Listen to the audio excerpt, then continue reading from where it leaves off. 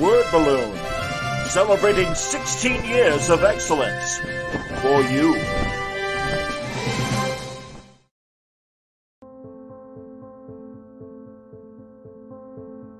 Every part of comics and artwork is a form of communication with other people. It's not just here, let me direct my thoughts at you as a dictation of concept, but it's hoping to convince you of how cool you think a visual could be or a story could be. And you're trying to communicate ideas. In one part storytelling and greater part just graphic impact, you're hoping to relate a sense of energy, urgency, and enthusiasm to people. That there's a lightning of spirit that comes out of superheroes that has always worked for me. That it isn't really about the practicality of what they might do. It's not the practicality about grown men punching each other in costumes. It really isn't about that. It's a visual metaphor. And that metaphor could be for a lot of things, but it's mostly just about the energy and enthusiasm that can be found in the fun of life.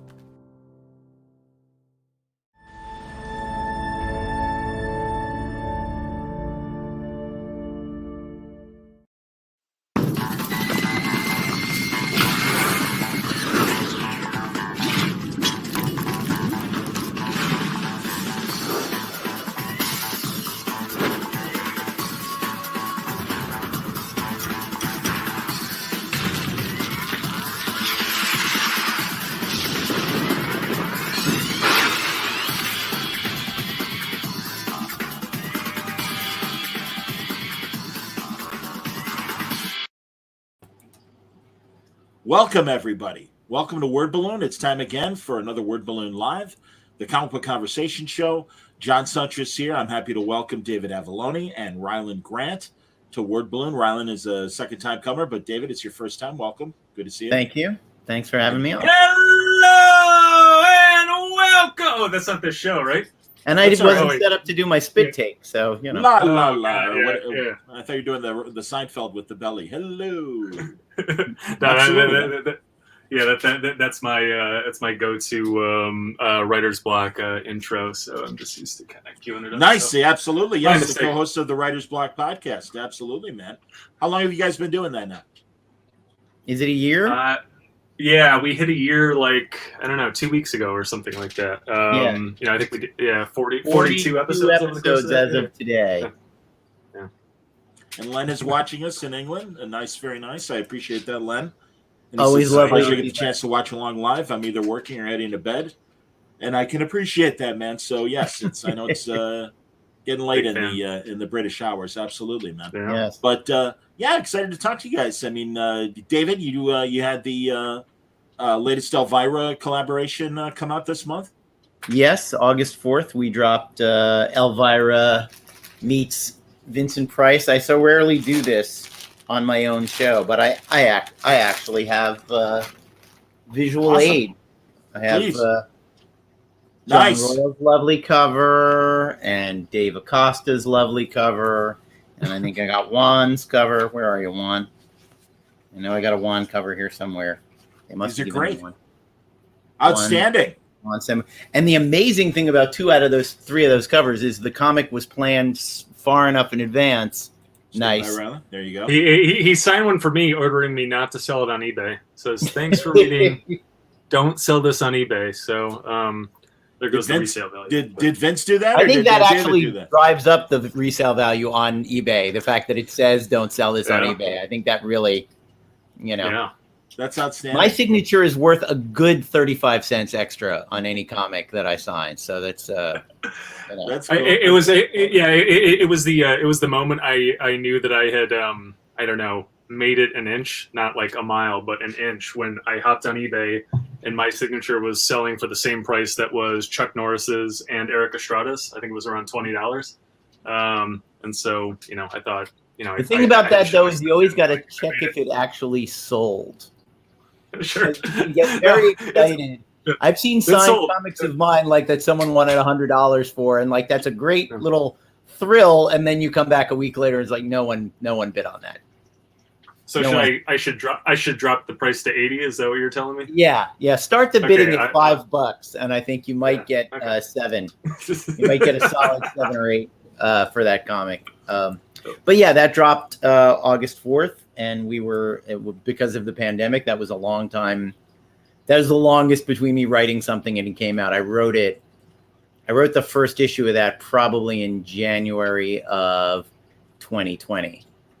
And then I wrote the second issue, and then Dynamite said, maybe take a break there, Haas, and wrote 3 and 4 in January of this year, December, January. So with that in mind, and honestly, it's been a recurring question of mine. So you suffered pencils down. Rylend, I know you had a couple Kickstarters during the pandemic. Well, I had also Kickstarters. Your movie that you were making as well. Yeah, well, I had Kickstarters because of the pandemic. That's actually the story of Suicide Jockeys. My book, Suicide Jockeys. Zooming in. Yeah, my book, Suicide Jockeys, both the regular sort of mecha and the Roadhouse variant editions of issue 1 of my tokusatsu comic book, Suicide Jockeys, are in comic shops today. So go down and get those. But yeah, this was set to, right before the pandemic really got crazy. This was set to be announced by another company, a very big and very bad company. And I was in touch with like 3 people at the company every day, and we're planning an announcement and a release and production schedules and everything. And then it was pandemic goes crazy. Then it was comic shops closing. Then it was pencils down. And then kind of I go from, again, communicating with these 3 people over there every day to everyone gets fired or made redundant or furloughed. And overnight, I do not have a working email address at that company. Wow. And so eventually, a new staff is hired, a new head. And things get complicated and weird, and it made sense for everybody to kind of go their own way. And thankfully, I had been kind of flirting with the folks over at Source Point Press for a good long while. They're a great bunch over there. It's a hell of a company. Tastemakers, in my opinion. They put out great stuff, and so it was. I had been circling them since I met them at the Ringo Awards in 2019. I was there with Aberrant, and we won an award for Aberrant, and I'm sitting at a table with a bunch of great people, but the Source Point Press table is right next to us, and they're having like, I don't know, the greatest time that maybe anyone has ever had in an awards dinner. They're like loud and surly and bouncing off the walls. And I'm like, I want to be at that table. I want to know those people. And so afterwards I kind of, walked over, introduced myself, and we kind of hit it off. And, we've kind of known that we were going to do something together ever since. So it was nice that this became available. And so we put this out. But yeah, I had I was set to go. I had 2 things that were set to go in comic shops before the pandemic got crazy. Then things got really complicated, and I had all this material, so that was why I started doing Kickstarters. I put, I put The Jump, my astral projection thriller, and The Peacekeepers, my sort of Fargo-esque crime drama on Kickstarter, just because, it's like, man, I have this material, I need to do something with it. I want to get this out there. I want people to be reading it. And that was kind of a gift, because there's something amazing going on Kickstarter right now, and so yeah, it was cool to kind of have that year. And I'm going to continue to use Kickstarter because it's just a wonderful kind of hype builder and fan base builder. But now it's great to kind of be back in a comic shop proper with Suicide Jockeys, and you're actually catching me on release day, so it's been a crazy day of kind of bouncing around between comic shops and retweeting reviews and taking phone calls and all that stuff. And so it's been great. No, and that's terrific. And I mean, honestly, guys, David, Dynamite approached me about talking to you earlier this month, and I would have, but this is the busiest time of year, right after San Diego, mid-July. Without San Diego. August. Yeah, again, yes, exactly. Without, it doesn't matter, the publishers, and truly, having as good of a year that everyone seems to have had during COVID and everything. No, this is, pardon the alfalfa there. Bing. Everyone's having, everyone's putting out their books. We were doing a Kickstarter in August during all of this, and the Kickstarter ran concurrently with the first issue coming out, and it, I think that might have been a little overwhelming for the fans, but they found it, and the Kickstarter did pretty well. The one we did last year, which was definitely pandemic inspired, did very well.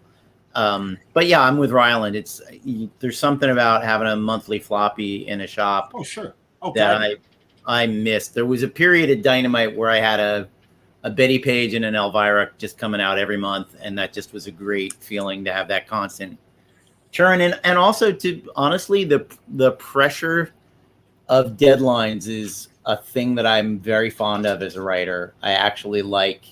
It's like, nope, you can't go for a long walk and think about this. You've got to. Dave Acosta needs something to draw tomorrow. So what do you got? Yeah. What do you got, man? Tell me a story. Okay. Yeah. Tell you a story. You're right. You are right about that. Absolutely, man. All right. So I'm glad we're ping-ponging and everyone's getting a chance to talk, because I'll go back to Rylend in terms of Suicide Jockey starting. So, yeah, I mean, I showed a couple images. You showed a couple covers and stuff. And I like this. This is basically an action team in the real world, but operating very much like in the superhero genre in terms of they show up at conventions.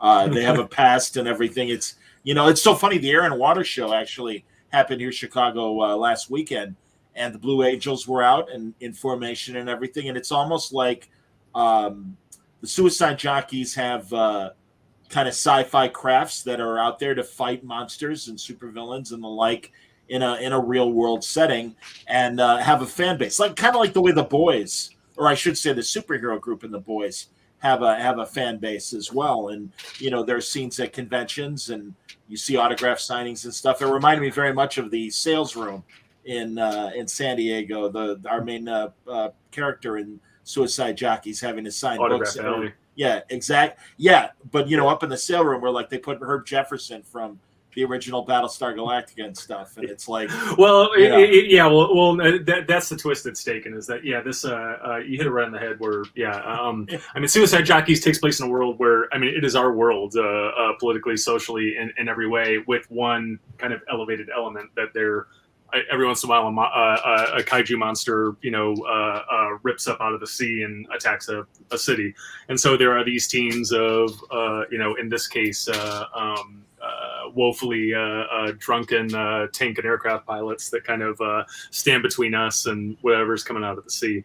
And so yeah, like with a lot of my books, I mean, I explored these themes a little bit in both Aberrant and Banjax, where it's like, if there were people that saved the world and saved the world regularly, they would be kind of crushingly famous, I mean, I feel like that's not dealt with enough and seriously enough in the intricacies of that. And then also, fame lasts for a minute. And so Suicide Jockeys takes place on sort of two planes of time. There's now, and there was 10 years ago. 10 years ago, these guys were the biggest, baddest motherfuckers out there in terms of beating back these monsters. When there was a convention or something like that, they were there. They were the stars. They were in Hall H, and it was, thousands of people cheering them on and throwing bras at them and stuff like that. Well, what happened 10 years later was this mission went horribly wrong. They messed up. They sort of lost the mother figure of their little monster fighting family. It tore the group, tore the family apart. And so when we meet them 10 years later, everyone is off in a different place. And so our protagonists are kind of like Bruce Willis-esque, action film, swinging dick, swaggery protagonist. He's fell in hard times, right? He used to be the biggest and baddest star in the game. Now he is, like you said, he is sandwiched between Eric Estrada and Lou Ferrigno in Autograph Alley, begging people to pay $20 for a picture. Yeah. So he's in a bad place, and then the inevitable twist where kind of somebody walks out of the shadows and says, "Hey, that thing that happened 10 years ago, I think we can right that wrong. I think we can change it. Why don't you why don't you come with me and I'll show you how." And so then we're kind of off to the races, but cool. But yeah, it's a fun book. I mean, it's a lot of my stuff is kind of inspired by the the 80s and 90s action movies that I love so much. Sure. You'll see that Die Hard, you'll see that Beverly Hills Cop sort of DNA all over everything. This is it's actiony, it's funny. But this thing grew out of like a really weird sort of subsection of action. If you if you look behind me, the people listening won't see this, but I have like an old VHS setup. So old VCR and a CCR TV there, and then it's a little dark back there, but that entire shelf is filled with old VHS tapes. And so this is the office I write in, and so every day when I write, I pop an old VHS tape in. It's just playing in the background, and it tends to kind of rub off on me through osmosis. And so what I was playing during the writing of this, what really kept coming up is there is a subsection of 90s action that is really obsessed with kind of machismo and swagger and testosterone and stuff like that. So I'm talking about late 90s movies like Con Air and The Rock and Face Off and Armageddon. And there's a way of looking at this thing, particularly on the surface, that this is a love letter to those films. But it's a commentary on those films also, where it's like 10 years ago, Denver was one of those heroes. He was, he was Nick Cage walking out of one of these movies. He was Bruce Willis walking out of one of these movies. And there was a way that those heroes acted and behaved and approached the world. Now we live in a much more forward-thinking, socially conscious culture, right? And behaving that way is not necessarily okay, right? But he is very much a man. He is very much a man out of time, right? So you plunk one of those action heroes down in the middle of today and right now, and he is forced to deal with the world. He is almost kind of like hid away in this stasis until then, and now he's got to deal with this. And now he has to kind of win back everyone's trust. He has to put the family together, the group back together. But he's not prepared for this. He's not prepared for the trials of today, and so he kind of trips his way through all this stuff, and he fails miserably. He falls on his face over and over again, but he means well. He's coming from a great place, and he wants to try, and he wants to get things right. And I think that that's really kind of the heart and soul of this thing, and what makes it kind of fun, and what makes you really invest in this guy, kind of despite his his cantankerous and often drunken nature. So, well, no, it first issue's great, reads great. I love the design of the world, the modern world, but also the vehicles they use to fight the kaijus and everything. No, it's a good looking book and a great first issue, man. And I could say the same thing, Dave, for the Elvira Vincent Price book. Yeah, man, because it's a spin on the Omega Man, which of course in Vincent Price's was the Omega Man, last man on Earth. That's obvious. That was the pandemic Kickstarter that we did last year. We did. Excuse me, David. I thought that was the most. No, the current one is the Elvira meets Vincent Price. Okay. Excuse me. Because yeah, and you'll forgive me because Vince over at I'm sure it wasn't Vincent Price, but over at Dynamite sent me a bunch of things. And and that's along with you sending me stuff. And forgive me, that's. Oh no, it's fine. Like, pull up. Believe me, I'm going to pull up images from the Omega story or from the Vince Price story. Yeah, it can get the Omega Mam story. During pandemic, they came to me and said, "Okay, now that we're pencils down, we want to do a Kickstarter." And Cassandra, who is Elvira, wants to be involved. And we had like a 2-3 hour long phone call story conference, which is usually about 80% us telling each other show business war stories. And then in the last 20 minutes, we go, we should really talk about the project, though. Like, it's great. It's great that we're telling each other anecdotes. But all that stuff eventually gets into the comic, so it works out. But yeah, the Omega Man was about lockdown and pandemic and about the response to the pandemic and the people who don't believe in it and all that kind of thing. And then Vincent Price is based on, they came to me with the idea of having her team up with Vincent. And I thought that was an amazing idea. And for people who don't know, they were friends when Vincent was still alive. She asked him to be on her show pretty early in her run, and she was kind of amazed when he said yes. I'm talking about her, Movie Macabre way back in the day. And they became close friends, for the rest of Vincent's life. That's awesome. It's very natural to have them together, and they have great personas to bounce off one another, kind of the goofy girl next door and the courtly old world gentleman. who's also a little bit of a con man and a little bit of a, I always kind of like, I like that in my wizards, the idea of there's a little bit of manipulation and let me get you to do the thing that I need you to do to save the world. And yeah, Vincent is just a joy.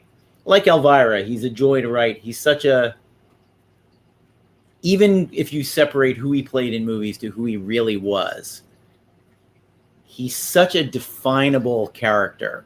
You know what his reaction is going to be. I found a quote of his yesterday that I just was so good. He said, I don't play monsters. I play men pursued by fate, and I'm mangling it. Men pursued by fate and consumed with revenge. Like, that is definitely a good take on playing the bad guy. But anyway, yeah. So I've said this in other interviews, but Valerie Drazio, the editor-writer, had done a blog about this lost Vincent Price movie, literally at the exact moment I was staring off into space, going, what the hell am I going to do in this series? And I read the story, and it struck me as this famous Vincent Price movie that doesn't actually exist. I was like, well, that's a mystery. That's a story. And the 70s had all of those, Rylend is doing 80s, not late 80s, early 90s stuff. Because it's Vincent Price, I'm doing 60s, 70s stuff. And the 70s particularly had all of those apocalyptic movies about ancient prophecies. It was a trope, starting with The Omen, but there are 100 of them that you don't remember, like the Dutch and, Exorcist 2, there's just a lot of that nonsense. So I wanted to sort of lean into that kind of plot and have, the 1972 unmade horror movie is the key to an ancient Egyptian god destroying the earth. No, that's awesome. I'm a big fan of Vincent's going back to the 40s and noirs like Laura and things like that, and House of Wax in the 50s. It's fascinating the variety of things he was doing. A couple of weeks ago, I stumbled across Dragonwyck.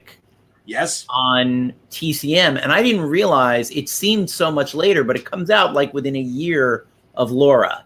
Yep. And Dragonwyck seems to me like it's the invention of the Price persona, because in other movies, the later Price persona, sure. He's playing sexy layabouts and ne'er-do-wells and whatever, but in Dragonwyck, he's the guy who has the castle and is the landlord. And you puny humans don't understand what I'm thinking. He's that guy. Yeah. And House of Wax is the same thing. And I think those two movies he spent the rest of his career doing variations on that theme. And the thing that I think so many actors could learn from this, he never resented that. You never get the sense. You watch those Corman movies and he is delighted. He's not like, absolutely. Again, isn't it a shame that I gotta reduce again myself with to the this cape crap? and the paper mache castle and the God. So it's when you hear someone someone who's just been on a sitcom for 10 years going, I never want to play Ross again from Friends. It's like take a deep breath and maybe read a couple of Leonard Nimoy's books and get some perspective on how awesome it is to have people love you for that one thing. Oh God, yeah, and really. Especially post Corman, the 70s stuff he did with Hammer and some of the British producers and stuff. No, they're like hardcore, and I love Dr. Phibes is fantastic. Both movies, Issue 2, so issue 1 has some pretty obvious connections to House on Halton Hill, gets name checked, and literally there's a sequence recreated from Pit and the Pendulum. Great. Issue 2 is just. Spoiler alert, is Fall of the House of Usher and Dr. Phibes. Those are the two that are working pretty hard in issue 2. What's the one from the 70s where he's the actor that gets his revenge on all the critics? That is my favorite Vincent Price movie. It's also Vincent Price's favorite Vincent Price movie. It's called Theater of Blood. I thought it was Theater of Blood. His character's name is Edward. It's a great title. And in the first issue, when they start talking about Shakespeare, he turns into his character from Theater of Blood, Edward Lionheart. And because it's my favorite movie of his, and because it was Vincent's favorite movie of his, you know, his likeness changes throughout the series to whatever people are thinking about or talking about.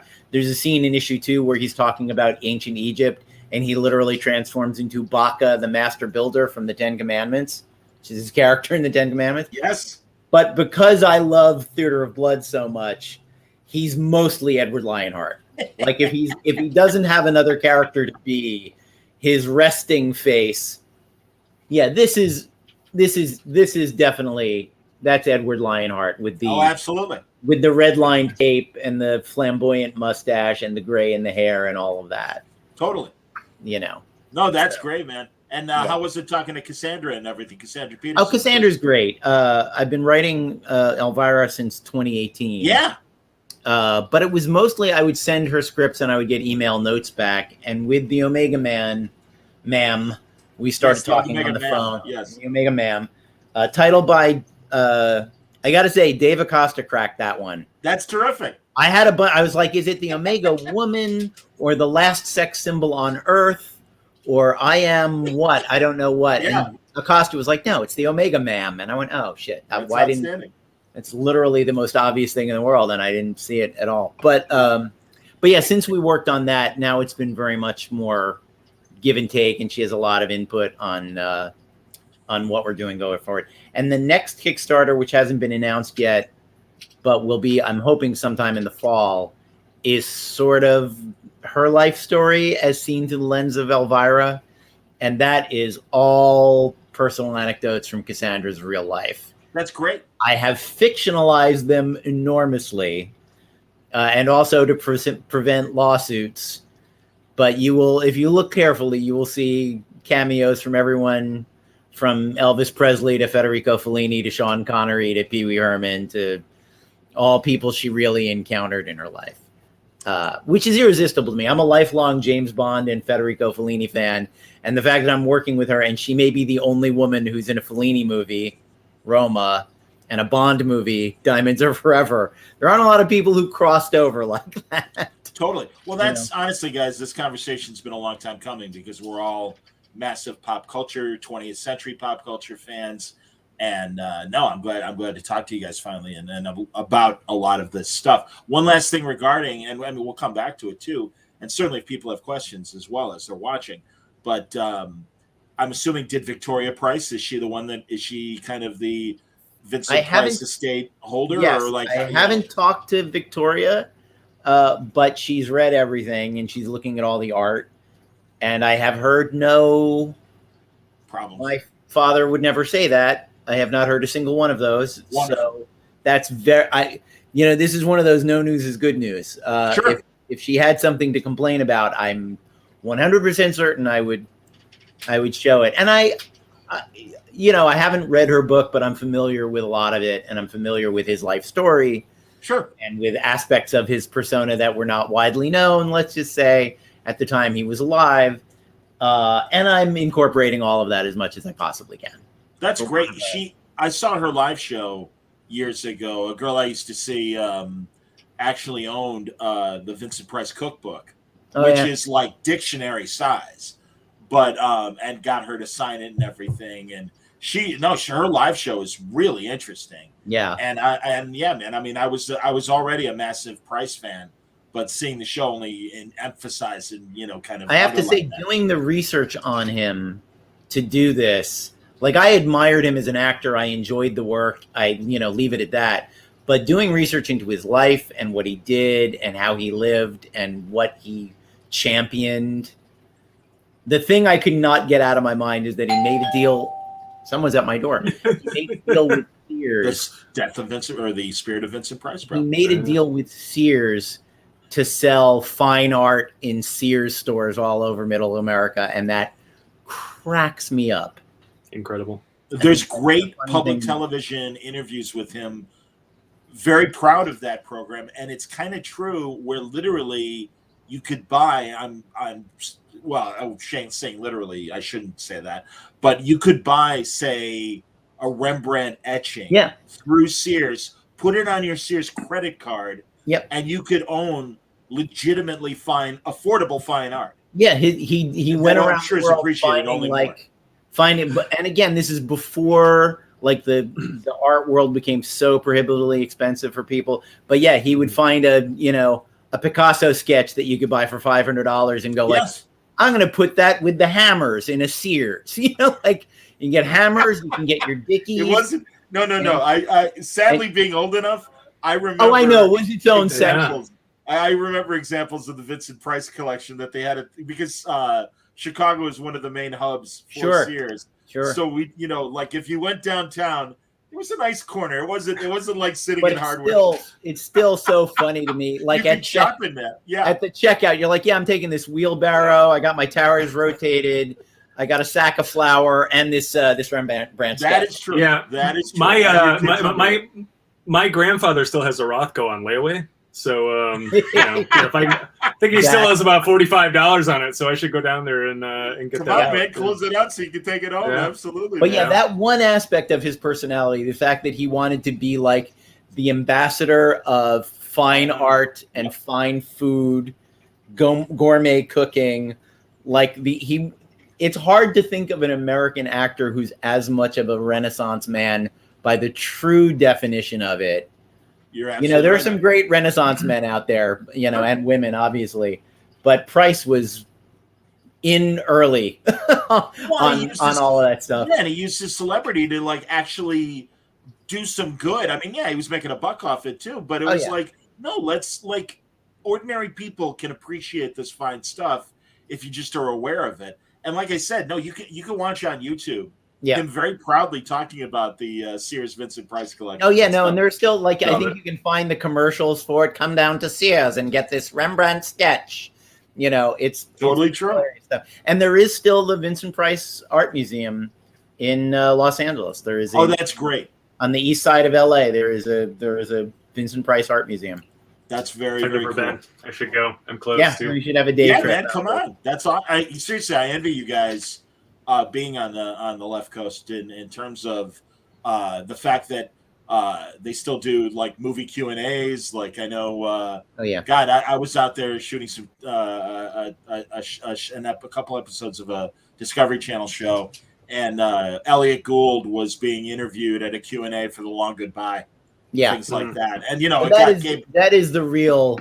I saw Martin Landau once at a North by Northwest Q&A, and it is that kind of they're not getting that all over the country where Martin Landau just has to leave his house in Beverly Hills and Well, you just never know who's going to pop in. I mean, it's it used to be. I mean, when the ArcLight was open, the ArcLight is this movie palace that has closed down now, but hopefully it opens back up. But it's you would just go to a Saturday night screening at the ArcLight of the latest and greatest film. You go to see the new Sofia Coppola film, and it's oh hey, by the way, we have a surprise for you. If you want to stick around after the credits, Sophia's here and she's going to answer questions until she drops. That was amazing. But it's it's just everywhere. You know what I'm saying? Yeah. I once I went to the Barney's department store in Beverly Hills for a notes meeting with a producer, and I sat down in my seat and I look over my shoulder and fucking Billy D. Williams is over my shoulder. I get up to go to the bathroom 15 minutes later, and I literally ran physically into then Governor Schwarzenegger. So it's So it's just in the air. It's around here, And I moved out here to go to grad school. I went to the American Film Institute Conservatory, which is where David Lynch went and Darren Aronofsky and a bunch of other snooty filmmakers like that. But it was it was one thing after another there. I mean, it was day one, we all meet each other. We shake each other's hands, we have some coffee, and then they usher us into a theater, and Michael Mann is there to break down Collateral. You know what I'm saying? You get used to it. And then it barely has an effect on you. You know what I'm saying? You're do I really want to stay for Michael Mann? Really? I mean, I don't know. I got to get home. I got to feed the cat. I only got 7.5 hours of sleep last night. Maybe I should turn it in early. But yeah, it's like you're saying, it's everywhere. We have my wife and I had a running gag when the ArcLight was open. The big movie palace there is the Cinerama Dome. Of course. And we like to sit in the very front row of the Cinerama Dome. And one opening night, I can't remember what blockbuster it was, someone had already bought the seats. So we were sitting off to the side a little bit. And before the movie starts, Christopher Nolan and his enormous family come and take our seats. take the center seats. So now every time we actually got the seats, I was like Christopher Nolan at home on the ticketing thing going, God damn it, Avallone, you took my like, every time I got those seats, I'm like, somewhere I have frustrated Christopher Nolan and made him miserable for a half hour. Very nice. That's awesome. Yeah. Hilarious. Funny. Yeah, now that inspired a bunch of questions. Martin Brest, I know, was just at, I forget which theater. Gabe Hartman was telling me he saw, I think it was Beverly Hills. Or no, a Midnight Run. Yes. Yeah, and he did a Q&A after that. So, no, it's... the diner where Midnight Run was written, as I just drove by it the other day. It's been closed for a year or two now. Very sad. Jerry's in the Valley. I remember George Gallo, I think is the writer, saying that he literally wrote Midnight Run sitting at the counter at Jerry's Deli. The one when I was shooting this Discovery Channel show, we ate at a breakfast place before we did the shoot, and it was the same diner that Tom Hanks works in Larry Crown, and I've noticed it in other commercials and places like that. It was right by the Sony lot. That's where we shot. Mm-hmm. Yeah, and it was and then the guy even told me, he's like, you're going to see this diner in a lot of movies and stuff. Oh yeah, there are some. Sometimes it's comical. One of my favorite TV shows when I was a little boy was Combat. Sure. And now when I watch it, I'm like, so the United States Army and the Nazis fought a pitched 6-year battle over Griffith Park. That's a really odd that the Germans got as far as Los Angeles. And the thing about Griffith Park is it is a very southwestern looking park. I watch the show now and I'm like, there's not a lot of chaparral in northern France, actually. There's a lot of cactus and chaparral in northern France. It's like the Green Berets. I mean, you experienced the ultimate, like, this was in a movie phenomenon, Avallone, because, like, I mean, you and I lived in the same neighborhood for a while. And so Avallone and I lived in the Los Feliz area, which is where Swingers took place. Oh yeah. Okay, and so and so the golf course from Swingers, the two bars from Swingers, the apartment building from Swingers, the diner from Swingers. Like you live basically right above the diner from Swingers, don't you?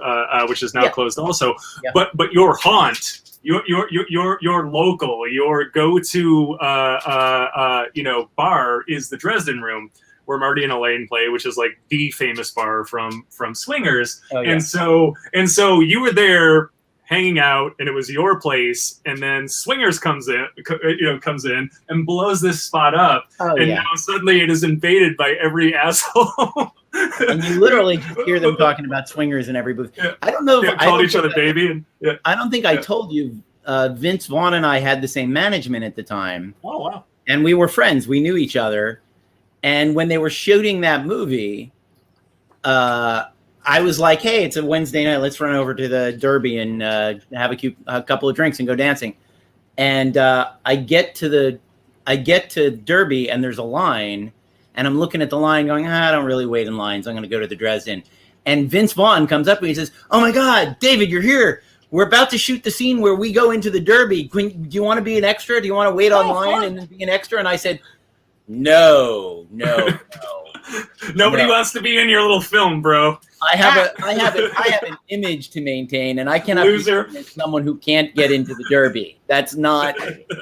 I get into the Derby when I want to get into the Derby. Wow. We're not doing the thing where I play the guy who can't get into the Derby. Hilarious. Little did I know. But yeah, I was lucky. I'd been going to Dresden long enough that they locked up the front door, and there was a line out the back door, and I would just knock on the front door, and the bouncer would open it and let me in. So, luckily I had just established my credit enough there. And that's the last time I saw Cassandra. We had dinner and drinks at the Dresden and discussed future things. So that's awesome. And the owner of the Dresden was like, "Oh my God, you brought Elvira in here?" I'm like, yes, I did. I brought Elvira. What else is she doing with the brand? I mean, that she can or you can share, and maybe you can't. I don't know. Well, she wrote a memoir last year and didn't put it out because she didn't want to do the book tour during the pandemic. There was no book tour to do. I think it's now coming out in the next month or so. Yeah, that's great. And she's still. It's one of those funny things. It's hard for me not to come off like an asshole about it, but everybody posted a meme a couple of weeks ago of Elvira and Dolly Parton. Somebody did a meme of like, there should be a movie where they play sisters or whatever. And everybody sent it to me. And I'm like, yeah, my pitch with Elvira and Dolly Parton, that treatment is on her desk and I'm waiting for her to read it. Like, I wrote this last year, guys. Like, wow. I'm glad you all came up with this. I came up with it last year and pitched it to her, and I'm waiting for her to, like, we have a couple of other projects to finish up. But after that, we're going to dive in on maybe making another Elvira movie, based on, well, I mean, we'll see if it goes anywhere, but she sent me a treatment about 1.5 years ago to look at and said, you have notes, thoughts. And I did, and I rewrote it and added Dolly Parton to it as it turned out. As one does. It's a pretty natural, you know, they are sort of I've seen the meme of them as yin and yang, and, you know. No, it makes sense. Yeah. No, and I mean, Dolly in the right vehicle. God, I mean, you know, she's great, and she was we go back to 9 to 5, but I know that was 40 years ago. But it's like, well, that was a really great script. Yeah, but she was a newbie, and she was fantastic. And she's in Steel Magnolias. She's she? You know, she did Best Little Whorehouse in Texas. She had a run, you know. Yeah, well, yeah. I mean, that was a big hit. I will say, you know, hey, I hope you made a lot of money. Same with Burt. I hope you guys made a lot of money. Not a big fan of the movie, but hopefully you made a lot, and I'm sure they did. All singing, all dancing, all Burt Reynolds. That's always exactly like. Was it not Let's Make Love? At Long Last Love. At Long Last Love. Yes, Let's Make points Love. For making the connection between Little Whorehouse in Texas and Long Last Love. That was Peter Bogdanovich setting a bag of money on fire, if I remember correctly. Absolutely, you're 100% right. No, I'm a Bogdanovich fan, and even the ones that tanked. So I'm well aware of At Long Last Love, absolutely.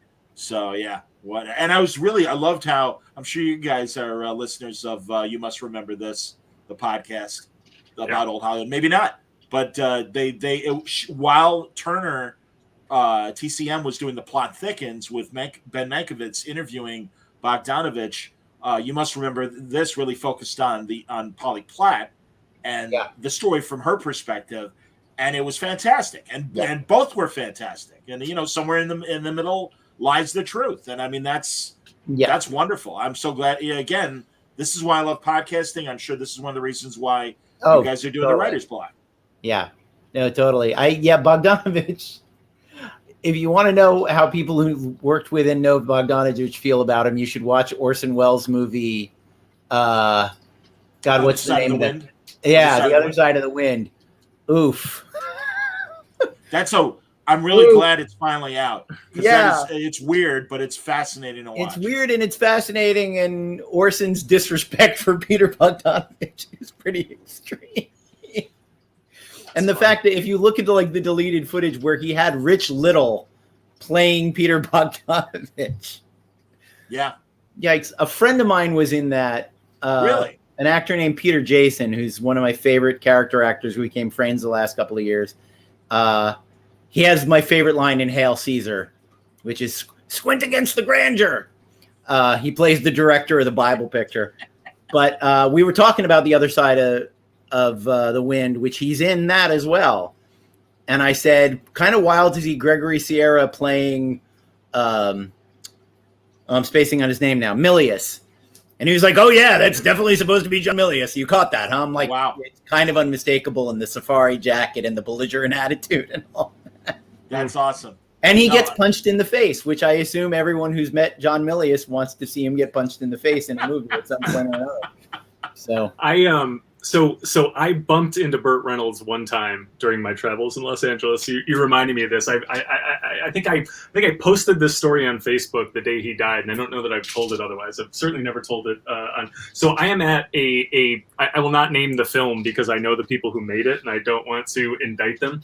But I was at, this is in the, I don't know, mid 2000 range, and I am at a CAA screening of a pretty terrible small film that Burt did a supporting role in, and it's awful. I mean, it's just a terrible film. Everybody knows it.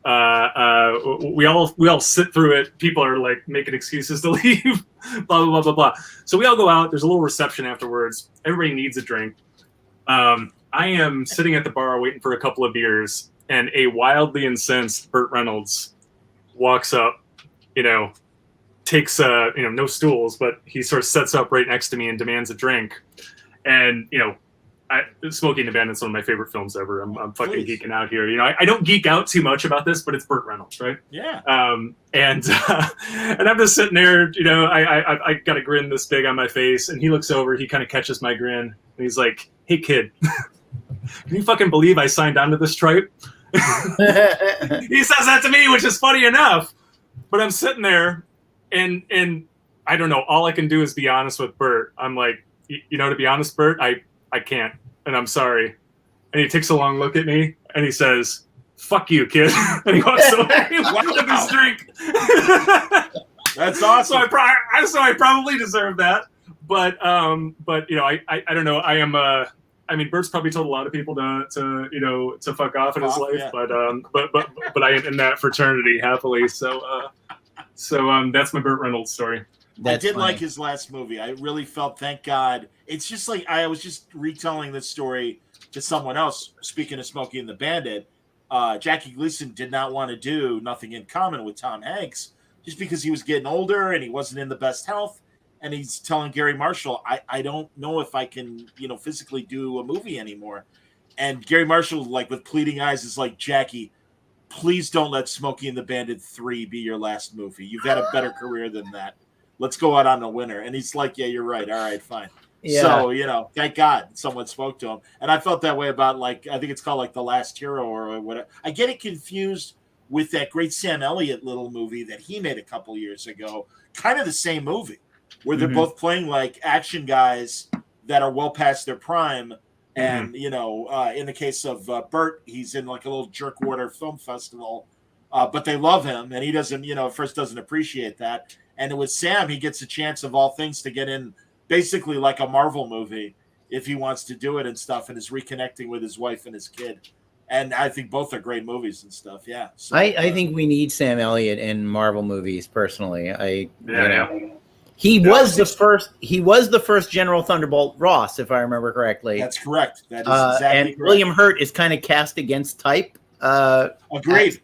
As Thunderbolt, I think he would have been a fine Reed Richards, even though Reed shouldn't maybe be that old.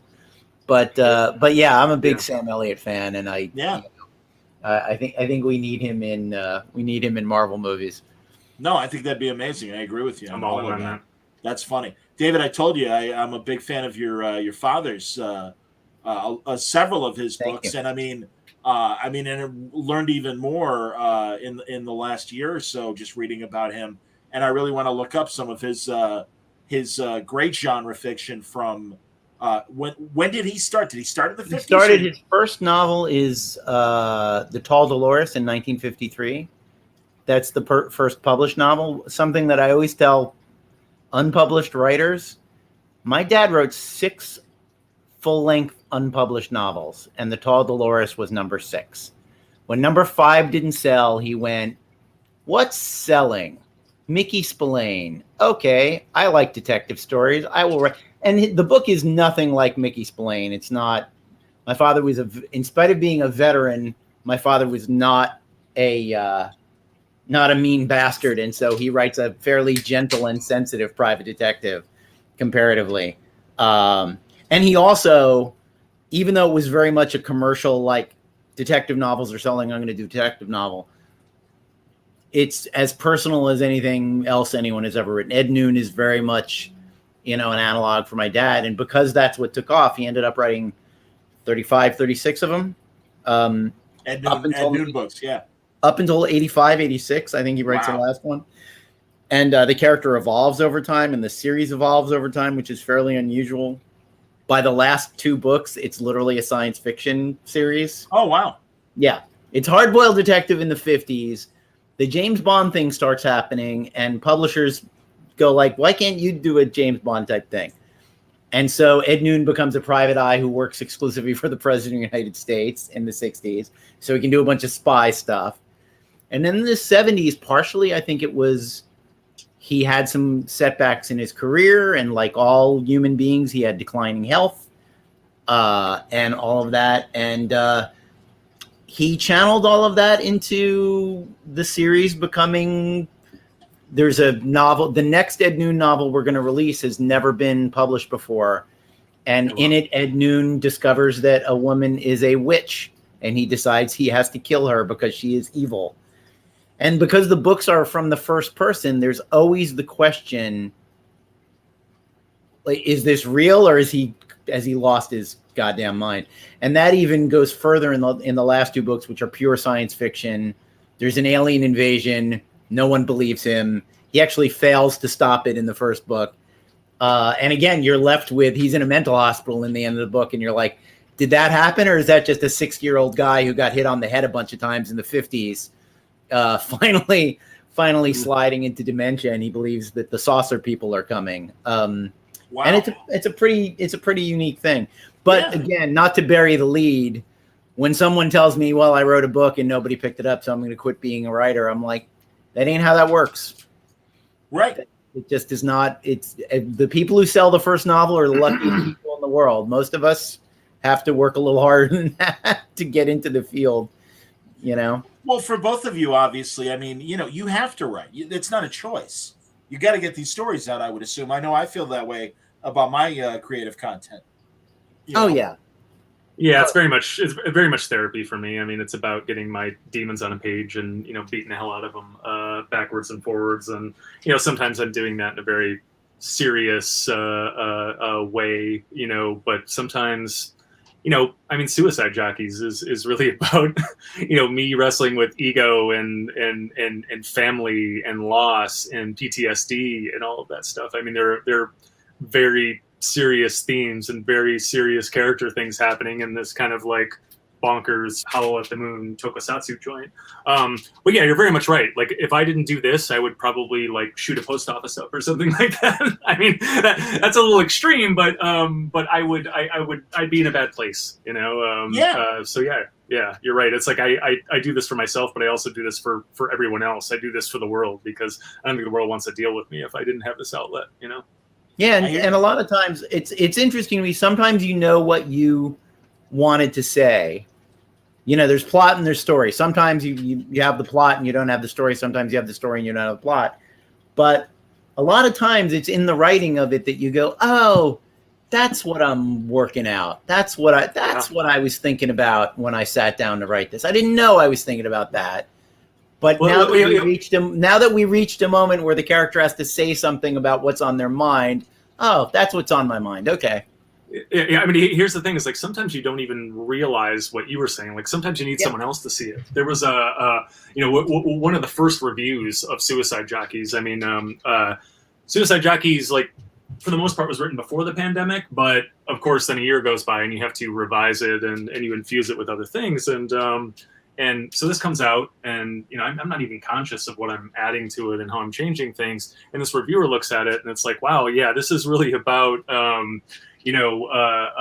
having to escape reality and this you know, and how escapism has become so like important and vital to us over the course of this pandemic, because like the world is crazy and a lot of us can't deal with it, so we have to kind of like leave it all together or retreat into this or retreat into that. And he writes this like really meaningful essay on how this book is like a treatise on escapism. And I did not set out to do that.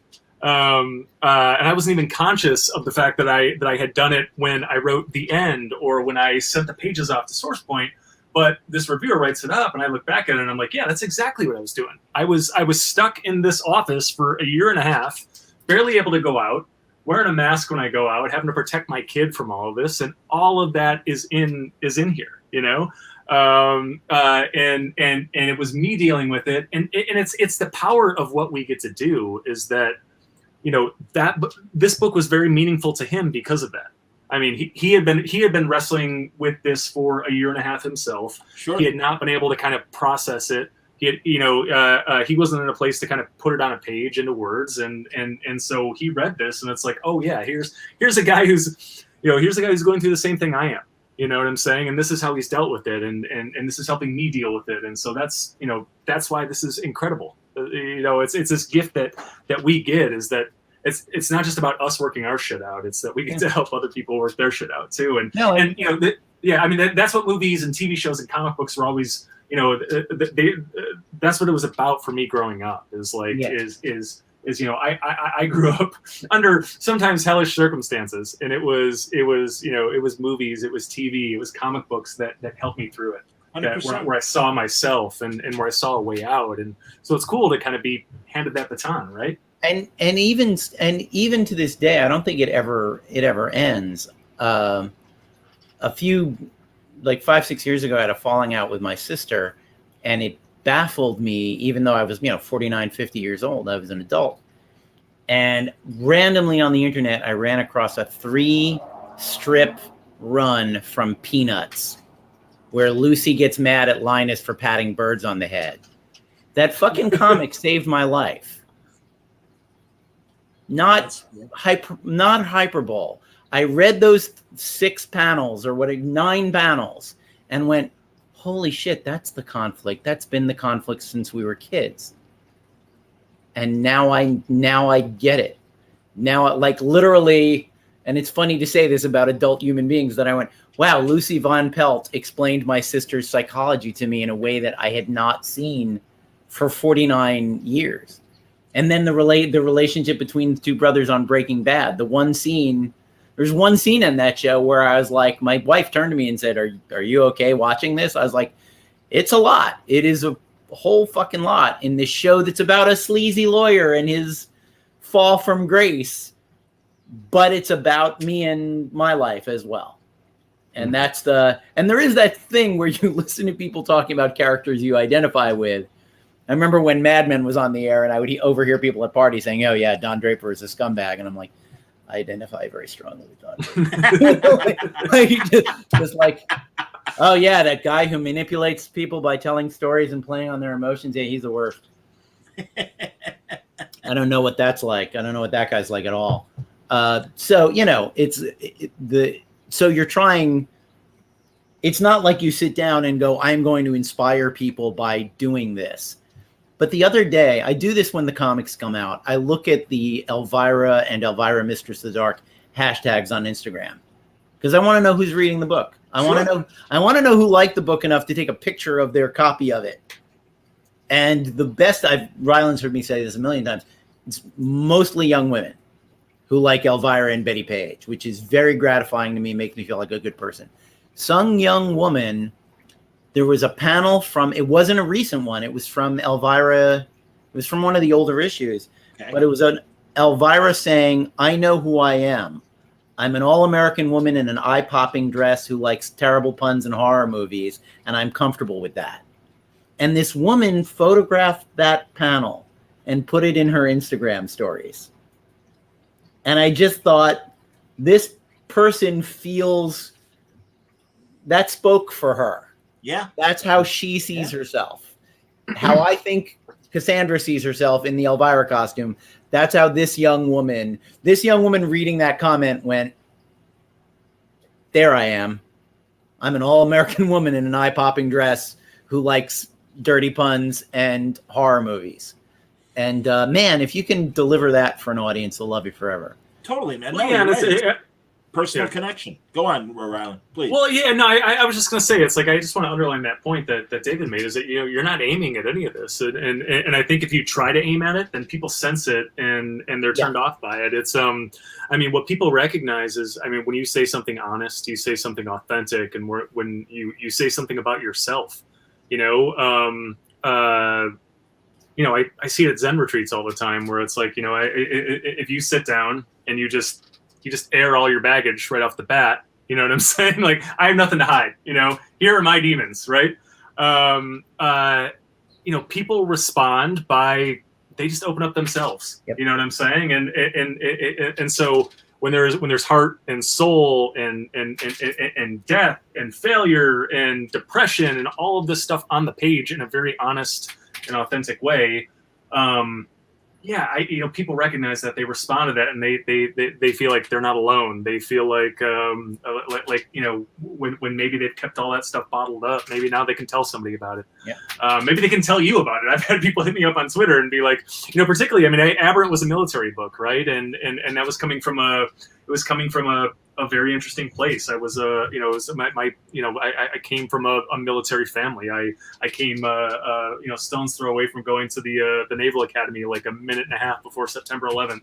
You know, my dad died of cancer caused by Agent Orange in Vietnam, and I was laying in bed with him when he died, and the last thing he said to me was that he was terrified that, you know, that you know, he wasn't going to get into heaven because of what he had to do in Vietnam, and it wrecked me, you know. And so I am writing a poppy, you know, kind of political thriller starring soldiers, but all of this stuff is poured into it, right? And so I mean, I still get it, you know. It's a couple of times a year at least, like once every few months, where like somebody pops on and is like, man, you know, I did 2 tours in Afghanistan, and you obviously have some sense of what that's like, and that's in here, and I saw that, and that was meaningful to me because I don't get that in other places, and people try to do it and they fail, and it pisses me off. But you know, I was in a bad place, and this helped me for a day, and that's awesome. You know, that was what I needed people to do for me when I was growing up and in this hellish, you know, circumstance. It's what I still need. You know what I'm saying? You know, a few days ago when I was, you know, I was losing my mind a little bit, as folks tend to do when they have a big book coming out that week. You know, I needed to hop on and, you know, watch some Star Trek: The Next Generation, see some hope, you know, see some, see some good people, see some people who are like striving for something. And that lifted me up, you know, and that's the beauty, is like these things are on a shelf. These things are they're on demand. They are always there for us to access. You know, that feeling can just be dialed up. And that's, guys, I went awesome. to the Green Day Weezer Fall Out Boy concert at Wrigley Field 2 Sundays ago, and between bands was just grabbing a beer with an old college buddy.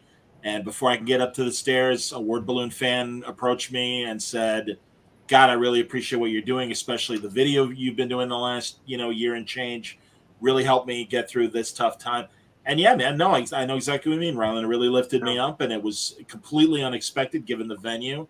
I mean, this wasn't at a comic book convention. This was me just wanting to watch Green Day and Weezer.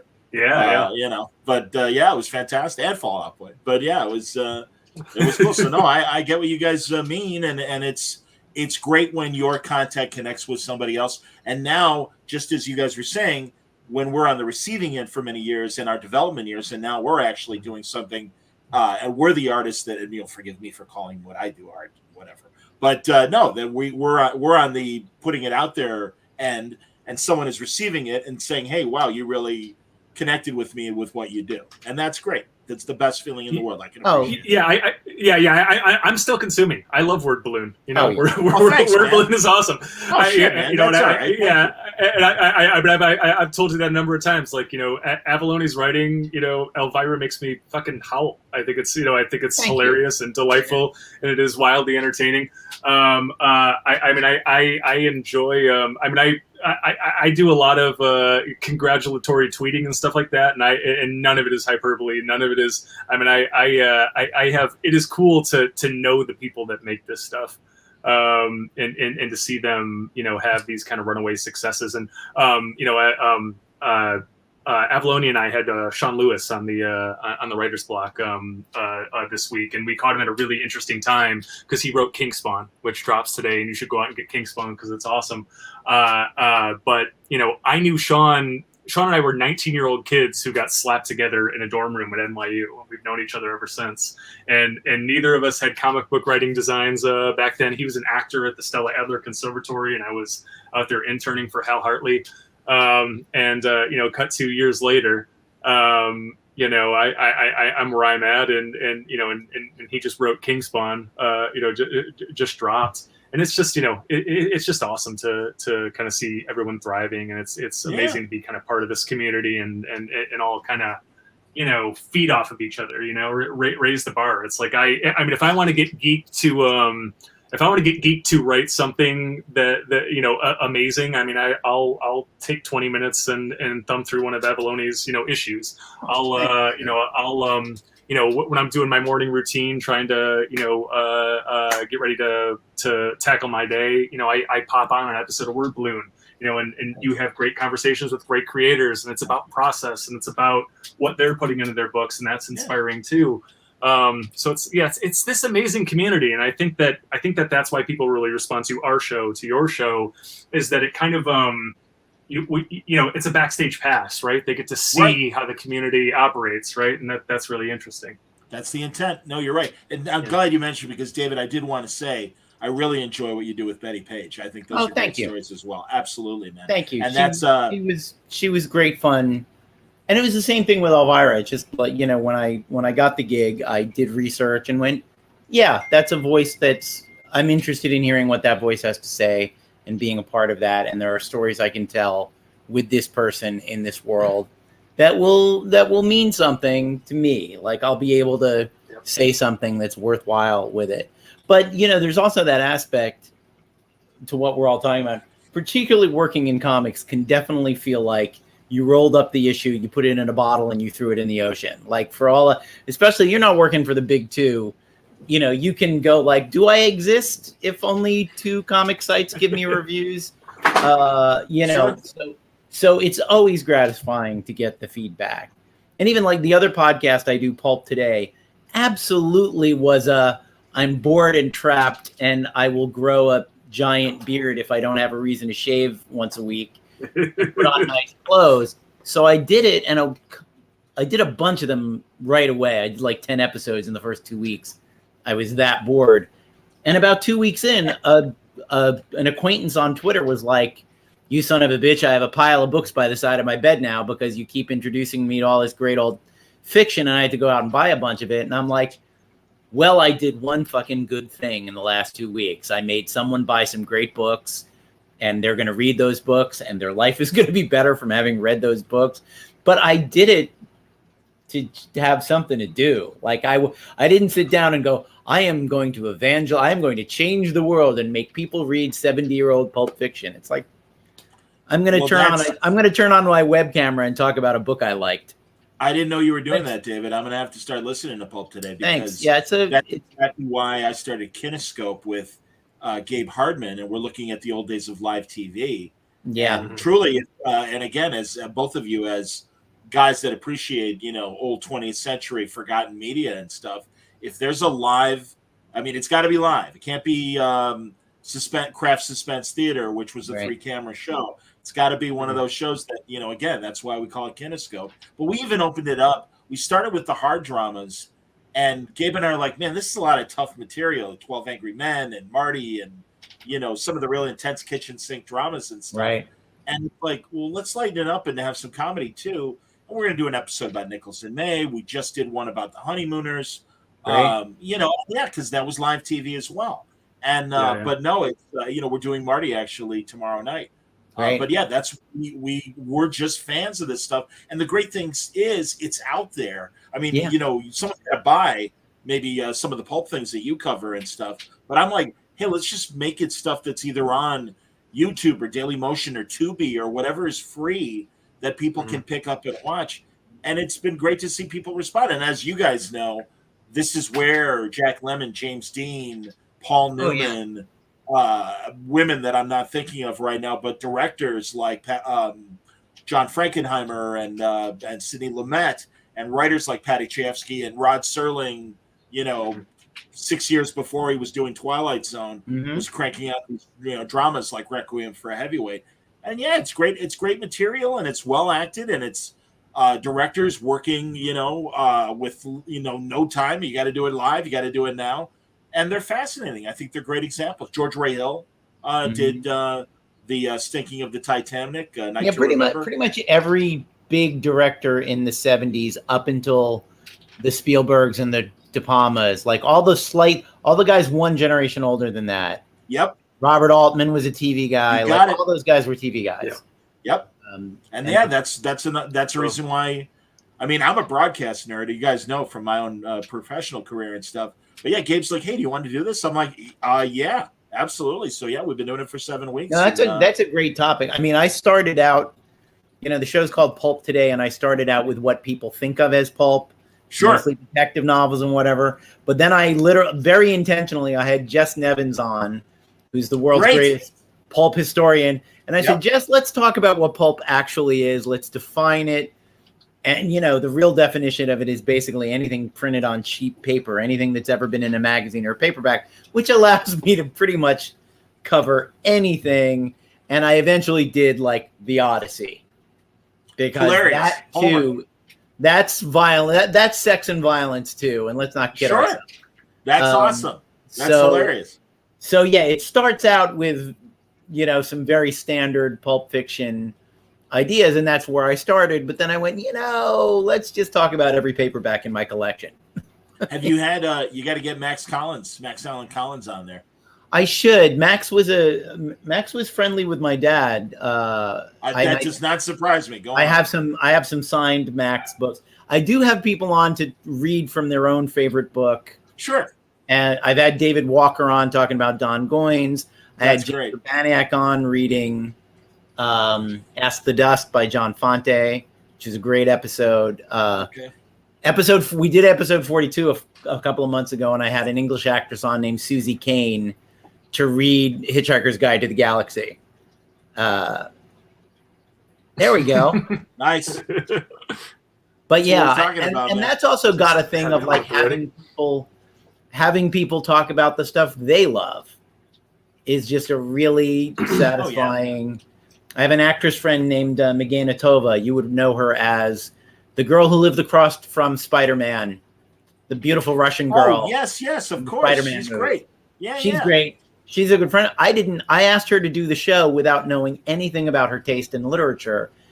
And apparently she's like the world's biggest Ray Bradbury fan. Oh, that's terrific. He appeared in a ton of Ray Bradbury plays in LA when he was still alive, knew him. And I said, you know what? There's that chapter in Fahrenheit 451 where Montag meets Clarissa, and it's mostly a dialogue. Why don't we both do that? You'll read Clarissa, I'll read Montag. Oh, that's fun. And that was one of my favorite episodes too, because it's just like, but her enthusiasm, it's not just, I picked an actress at random to do an at random thing. She said, I love Ray Bradbury. And I was like, hey, let's get together and read some Ray Bradbury. That'd be fucking great. So, it is all about, and the older I get, we were talking about this a little bit in the green room, but like, I'm less and less interested in talking about things I don't like and more interested in just focusing on the things I love. I'm not going to do an episode of Pulp Today on some writer I can't stand, and spend 10 minutes, even 5 minutes of my time talking about, isn't this some terrible writing? Jesus, this is awful. There's just no point to it. I'm with you. Point to it. No, absolutely. Now, I'm curious, guys, as writers, yes, you're doing what you're doing in comics. And Rylend, I wanted an update on your movie that they were making last year. But I am, and I mentioned, you must remember this, I'm really into, I'm so glad there's a resurgence on audio drama. And it is so interesting to see the various people that are either writing it currently or pitching.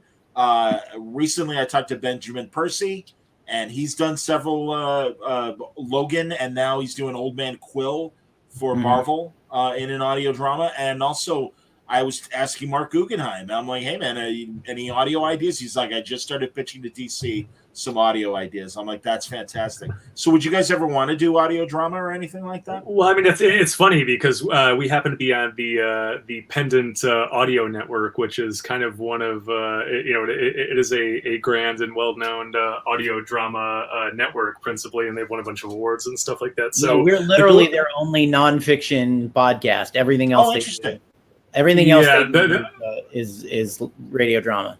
Yeah. The door is firmly open.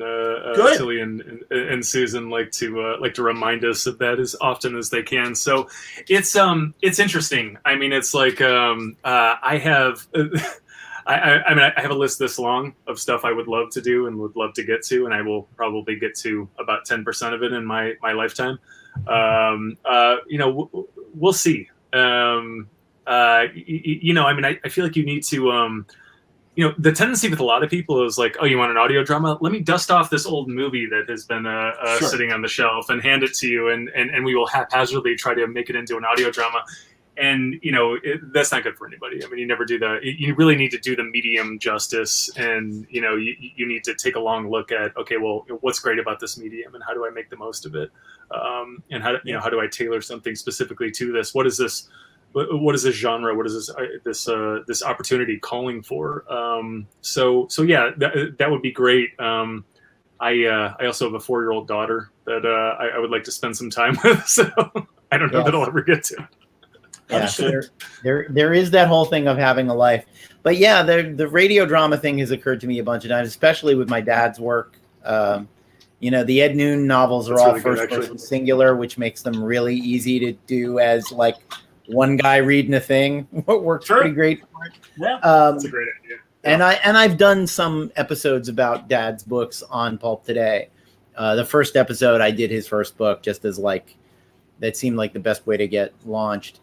And I've actually acted in some. James Urbaniak has written a bunch of radio dramas the last 10 years, and I've acted in. He always gives me, a little role, as an airline pilot or a TV director or something, in some of those, and I get a kick out of that. It's fun. That's stuff. great. That's awesome. What about your movie, Rylend? What's happening with it? Oh yeah, so I saw the first cut last week, and it is shaping up nicely. COVID delays and whatnot, but could be. It depends on where it ends up released. I mean, COVID, you still don't really know what the theaters are looking like. You don't know what so maybe it ends up being a streamer thing. Maybe it ends up being a theater release. But I assume that folks are going to be able to see it at some point late this year, early next year. Again, it's called State of Consciousness. It's kind of this trippy, sci-fi and genes mindfuck along the lines of, Gattaca or Ex Machina or something like that, starring Emil Hirsch. So there's that. I found out that I have my next film shooting in Greece next spring, with Matt Dillon and directed by Fernando Trueba, who a big Spanish director, but won the Oscar for foreign language film with Bella Polk years back. So that is shooting, like I said, in Greece next spring. And then I gotta ask, is that the thing that you and Trueba and Penelope Cruz were working on, what, a decade ago? Like, is it that project? It was more than a decade ago. It was the first thing I was ever hired to write in Hollywood. I was a scared kid in my early 20s who got hired out of AFI to write this thing and write it for Penelope Cruz. Yeah, and unfortunately, Penelope is no longer age appropriate for the part because it's about 15 years later. So she is. She is involved in spirit and as a guiding light, but we've had to recast that part. But yeah, I got the call. I got the call 2 or 3 weeks ago that Matt Dillon was learning the clarinet. Wow. The part he's playing, he's a musician in a jazz band, and so he is learning the clarinet as we speak because of me, which I think is very humorous. That's awesome. And then the deals are inked on the TV show with Lionsgate and David Diggs, and so we are in the trenches on that one too. So lots of film and TV to come in the next year or so. So excellent. Look out for that. I'm excited about it. Very cool. In the meantime, it's Suicide Jockeys that debuted today. People can find it in the stores, and indeed, and Elvira Meets Vincent Price came out earlier this month, and I'm sure there we go. Well, you guys are good. That's good, man. You're issue 2 is September 8th. Wonderful. And then I think issue 3 is a little closer to Halloween, because why not? I like it. That would make sense. A length of both series, boys? Rylend, you go first. The first arc of Suicide Jockeys is 4 issues. Okay. And then there'll be more after that. But sounds good. But exactly when is a question still. But no, but we're dealing with the story arc right now, the immediate story arc. Yeah. And David, Vincent Price, how long does that run? There's a pattern with Dynamite that they contract me, not that it's really a contract, it's an email, to do a 4-issue miniseries, and I say yes, and I meticulously plot out a 4-issue miniseries that ends very definitively at the end of issue 4, and then they say, could it be 5? after the first one sells really well. So as I like to say, I've gotten really good at writing codas and epilogues. But I think I'll know before I have to write 5.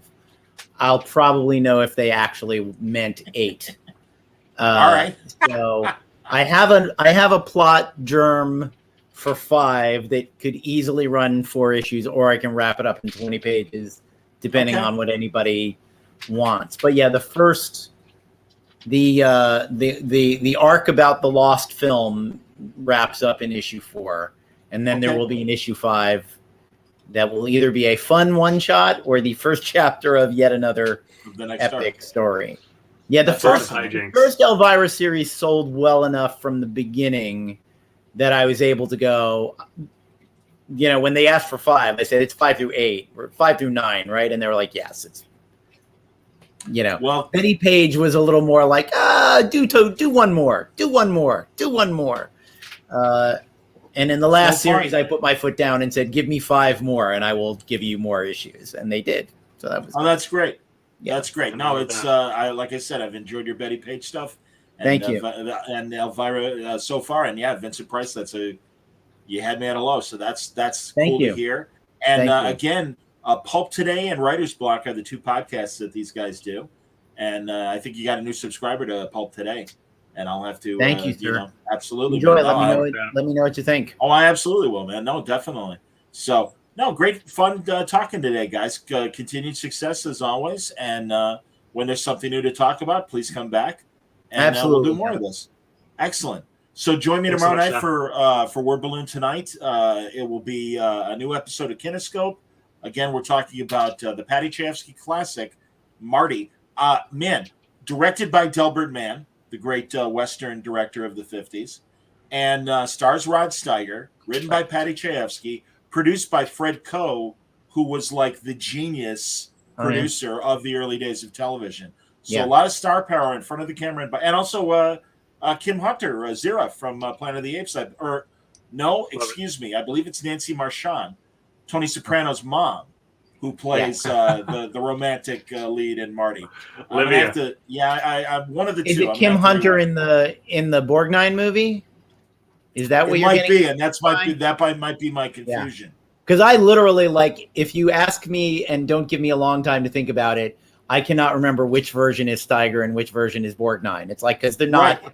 It's not such a gigantic difference. No, but again, that's the fascination with these original kinescopes. Just like 12 Angry Men is filled with incredible character actors, the TV version, and it's Bob Cummings playing the Henry Fonda role. Oh, it's great, actually. And Francois Tone playing the Lee J. Cobb role. And even one step further, and you'll forgive me, but I have a connection, back in the 90s, William Peterson of CSI, was constantly at our sports radio station. He knew I loved old movies. And he's like, we're remaking 12 Angry Men with Jack Lemmon, because he was always bummed that Henry Fonda beat him to it to get the rights to the book or to the TV show. Funny. And he's like, he's literally waited like 30 years to do it finally and everything. And Friedkin directed it. And it had another all-star cast. I mean, Ossie Davis and Hugh Cronin and just a wonderful cast. And George C. Scott. It's Jack Lemmon against George C. Scott versus Fonda and Lee J. Cobb in the original movie and stuff. So yeah, anyway.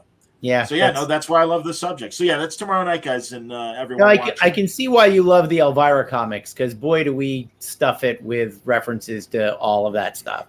Absolutely. I'm pretty sure there's a Francho Tone reference in one of my comics, and I'll be damned if I can remember where the hell it is or why on earth I did that. But yeah. And thank you for listening, Aaron. Yes, indeed, Aaron. And yes, I'm glad you're enjoying listening while drawing. That's fantastic. So thank you, everybody, for watching.